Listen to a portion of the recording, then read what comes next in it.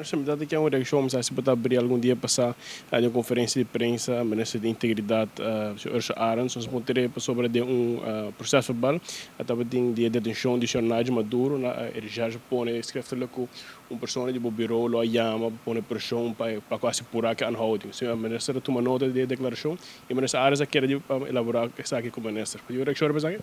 No, me noto uma nota de declaração aí. Nós trazemos um Estado de Direito, tem separação de poder, pois prometo a polícia por fazer qualquer ação muito bisa, não precisa de permisso também do Ministério Público. Eu me seguro que tudo diferente ação aqui está agora escrutinar do fiscal tem caso aqui. Na altura, com pessoa de Ministério Bureau, lo chama, recherche, e bisa põe pressão para se apurar que é anhouding, para bem mais ali?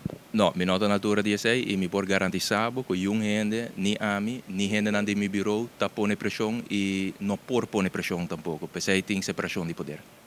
Mirando que sabe que está escrevendo, portanto, manda cópia para Minister, se sabe que dado caso, ele toma ação necessária? Obviamente, pero maneira minha bisa, tem uma investigação, sempre tem fiscal que está escrutinando tur passo de investigação que está tomando lugar. Kasi mesmo mabisado do namin espaço para mim papapia com meu colega Minister Chong. Arens tem ainda não papi com o Ministério do tópico aqui?